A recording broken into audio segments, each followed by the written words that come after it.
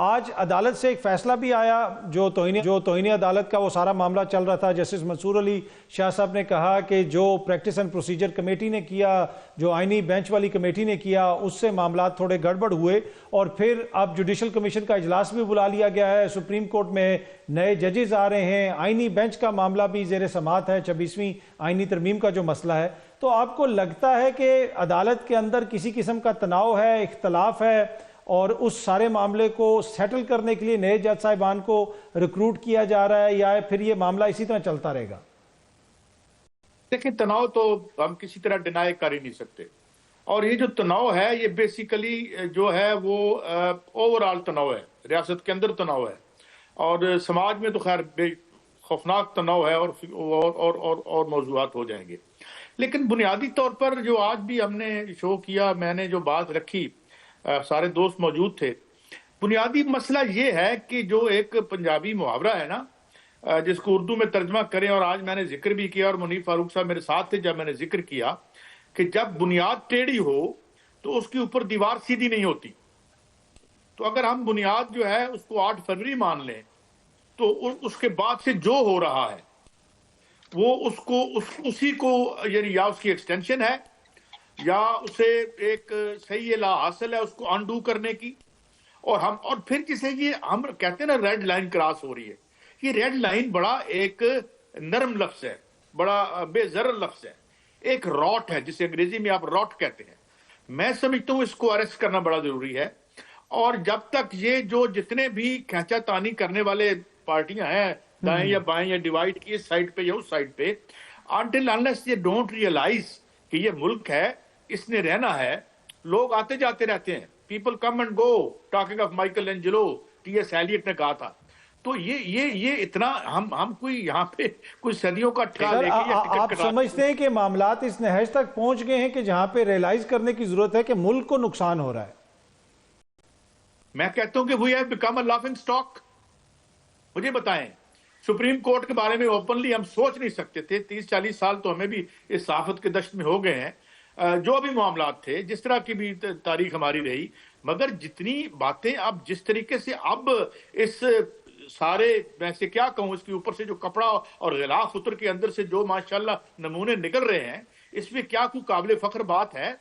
اور کیا ہم اتنے اندھے ہو چکے ہیں کہ اپنے امیجیٹ 4 فٹ آگے تک کے مفاد سے آگے ہم دیکھیں ایک ہسٹوریکل سینس, یہی میں نے ٹی ایس ایلیٹ کہا تھا نا, انڈیویجول اور ٹریڈیشنل اور انڈیویجول ٹیلنٹ کے, کہ بھئی ہسٹوریکل سینس ہی نہیں ہے. یہاں پر یار بڑے لوگ آئے اور چلے گئے, سکندر اعظم سے لے کر اب تک آئے, اور کہاں گئے؟ کیا کیا لوگ تھے, لگتا تھا ان کے بغیر سانس نہیں آئے گا. آج ان کی قبروں پہ گھاس اگائی ہے, کوئی دیکھنے والا نہیں ہے. تو let's think about this country, اس کے لوگوں کے بارے میں سوچیں, جو مجھے قطعاً ہر جگہ پہ مسنگ لگ رہا ہے. ٹھیک ہے, بالکل مسنگ لگ رہا ہے. ٹھیک ہے. اچھا سعید قاضی صاحب, اوبیسلی ایک عدلیہ کی ہماری تاریخ ہے, اس میں عدلیہ کا اپنا کردار بھی ہے, ان کے اوپر بھی تنقید ہوتی ہے, لیکن یہ جو 26ویں آئینی ترمیم ہے, اب تو اوبیسلی اس کو چیلنج بھی کیا ہوا ہے عدالت کے اندر, یہ سب جوڈس ہے معاملہ. آپ کو لگتا ہے کہ اس 26ویں آئینی ترمیم نے چیزوں کو مزید کمپلیکیٹ کیا ہے, مزید ایک طرح سے وہ جسے آپ کہہ سکتے ہیں کہ اس نہج پہ لے آئیں کہ جہاں پہ بہت کچھ ہمیں نظر آنا شروع ہو گیا ہے, یا پھر یہ 26ویں آئینی ترمیم چیزوں کو بہتر کرے گی؟ نہیں, it's not going to solve anything, number 1. Number 2 بات یہ ہے کہ دیکھیں, ایک تو میں نے دوبارہ دہرا رہا ہوں بات on the risk of being repetitive, کہ ہماری تاریخ 26 ترمیم کی منظوری سے نہیں شروع ہوئی, یہ پیچھے سے آ رہا ہے. پہلے تو اس کو کہیں کہ اب یہ نہیں ہو سکتا پیچھے مٹی پاؤ 26 ترمیم ہوگی. اب وہ کیسے ہوئی وہ آپ کو بھی پتا ہے, مجھے بھی پتا ہے, وہ مولانا فضل الرحمان صاحب کو زیادہ پتا ہے, ان سے بھی پوچھ لیں, یا بلاول بھٹو صاحب سے پوچھ لیں. تو ایک بات یہ ہوگی. دوسری بات یہ ہوئی کہ بالکل منیر فاروق صاحب نے کہا کہ یہ دونوں طرف سے واردات ہوئی ہے. کیسے؟ ارے بھائی, میں سپریم کورٹ کا ریٹائرڈ جج ہوں, تو میں سینٹ کا ٹکٹ کیوں لیتا ہوں؟ میں صدر پاکستان کا عہدہ کیوں لیتا ہوں؟ مجھے یہ تحریر کون دیتا ہے؟ کون سادہ بندہ تھیری جو ڈاکٹر اشفاق حسن صاحب کہتے ہیں, سادہ بندہ ہونا چاہیے. تو یہ جو بات تھی, اور یہ واردات میں پھر کہوں گا 77 سے شروع ہوئی, جب تاریخ کے رخ کو اپنے مفادات میں موڑنے کے لیے, چند خانوادوں کی طرف موڑنے کے لیے ہم نے گملوں میں یہ زہریلے پودے لگائے سیاست کے. تو فرام دین آن, اسی لیے میں کہتا ہوں یہ آج سے بات شروع نہ کریں, یہ آج سے شروع نہیں ہوئی. یہ بربادی کو ہم نے وٹنس کیا ہے as a young man to جلدی عمر کے صحافی کے طور پر ہم نے یہ ساری بربادی کی تاریخ دیکھی ہے. تو بات کیا ہے؟ بات یہ ہے کہ اب اس ملک کے یا عوام رہیں گے 26 کروڑ غلام بن کر ہی رہیں گے، اور 2-3 خاندانوں کے لیے ہمارے ادارے جو ہیں ہاتھ بن کے کھڑے ہوں گے. آپ کو لگتا ہے قاضی صاحب یہ سسٹینیبل ہے کہ پورے 2-3 خاندانوں کے آگے 26 کروڑ کو 25 کروڑ کو غلام بنا کے مستقل بنیادوں پہ رکھا جا سکتا ہے؟ دیکھیں، جب سماج میں عمومی بے اطمینانی ہو، بربادی ہو، تو اس پہ حکمرانی آسان نہیں ہوتی. ٹھیک ہے، گاڑی جھنڈے والی ہوتی ہے، رات کو نیند نہیں آتی، سویرے کبھی واشنگٹن دوڑ رہے ہوتے ہیں، کبھی ادھر دوڑ رہے ہوتے ہیں، او اینو پڑھو، یعنی فائر فائٹنگ ہو رہی ہے نا. میرا مطلب ہے کہ کیا سیٹل ہوا، کون سی چیز سیٹل ہوئی؟ ٹھیک ہے. کیا آپ سمجھتے ہیں کہ جو آپ ہائی ہینڈڈنیس کر رہے ہیں یا جن کا بظاہر اقتدار ہے، انہی کا اقتدار ہے؟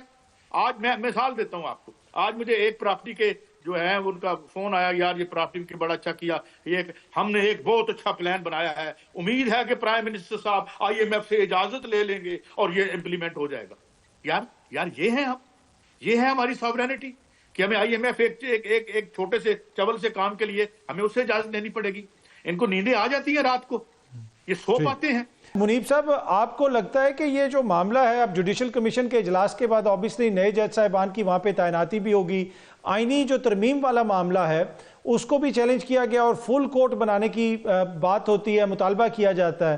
آپ کو لگتا ہے کہ فل کورٹ تب بنے گا جب نئے جج صاحبان آ چکے ہوں گے؟ دیکھیے، میں اطہر کاظمی صاحب، یہ جو نظر آ رہا ہے نا، یہ اسے آپ تناؤ نہیں کہہ سکتے، یہ گھمسان کا رن ہے.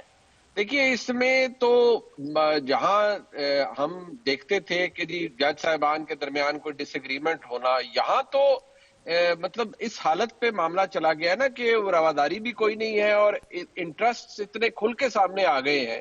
بے شک جج صاحبان اس کو ڈینائی کریں، لیکن یہ تو ہم ایک لافنگ سٹاک ہیں. ملک کی سب سے بڑی عدالت کے اندر جو ہو رہا ہے وہاں تو ڈویژن یہ ہے تیرا جج میرا جج والی. دیکھیے، بات ہمیں ذہن میں رکھنی چاہیے کہ ڈویژن یہ ہے جی کہ کچھ جج صاحبان ایک تعداد ہے جی جو عمران خان صاحب کا فین کلب ہے، دوسری سائڈ پر یہ ہے جی کہ یہ تو اسٹیبلشمنٹ اور اس حکومت کی بھی ٹیم ہے جو جج صاحبان ہے. تو اس کے بیچ میں آپ انصاف تو کہیں سسکیاں لیتا ہوا آپ کو کسی کونے میں نظر آئے گا، اور نظام انصاف کی تو ویسے ہی دھجیاں اڑ گئی ہیں. اب یہ جو نئی ریکروٹمنٹس ہیں، دیکھیں 26ویں آئینی ترمیم کے بعد اگر کوئی یہ کہے کہ نہیں جی بڑا حالات بہت اچھے ہیں، دیکھیے اس میں ایگزیکٹو کی انگریس جوڈیشل اپوائنٹمنٹس پہ بہت زیادہ ہو گئی ہے. لیکن میں نہایت احترام کے ساتھ کہوں گا، یہاں تو پہلے بھی یہ بھی حالات تھے کہ جو ججز ہیں وہ اپنی مرضی سے جج تعینات کرتے تھے کہ یہ میرا جج ہوگا، یہ میری لیگیسی کو لے کر آگے چلے گا. منیب صاحب، یہ جو 26ویں آئینی ترمیم کے حوالے سے کہا جا رہا تھا کہ بنیادی طور پہ چیزوں کو سیٹل کرنا ہے، چیزوں کو ایک طرح سے مدھم کرنا ہے اور ایک طرح سے انتظامیہ بالادست ہو جائے گی، لیکن کیا وہ ڈیزائرڈ جو وہ چاہتے تھے کہ اچیو کر سکیں وہ اچیو کر سکیں عدلیہ کی حد تک اگر ہم بات کریں تو؟ دیکھیے، اگر شارٹ ٹرم انٹرسٹ کی بات کریں اطہر کاظمی صاحب، تو وہ تو بہت سے اچیو ہو چکے ہیں نا. کہ دیکھیے آئینی بینچ جس طرح سے بن رہا ہے، چل رہا ہے، کوئی چیز ادھر ادھر ہو نہیں رہی.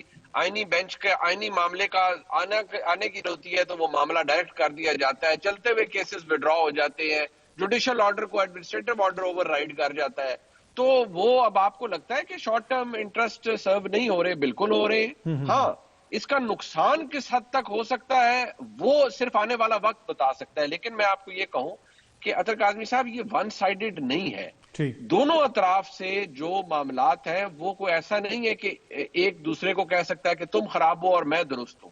نہایت احترام سے ہمارے ملک کی عدلیہ نے اپنا بیڑا غرق پچھلی 7 دہائیوں سے بڑا تسلی سے کیا ہے. اب جو آپ کو نظر آ رہا ہے وہ اس نظام انصاف کے پر خچے اڑتے ہوئے آپ کو نظر آ رہے ہیں.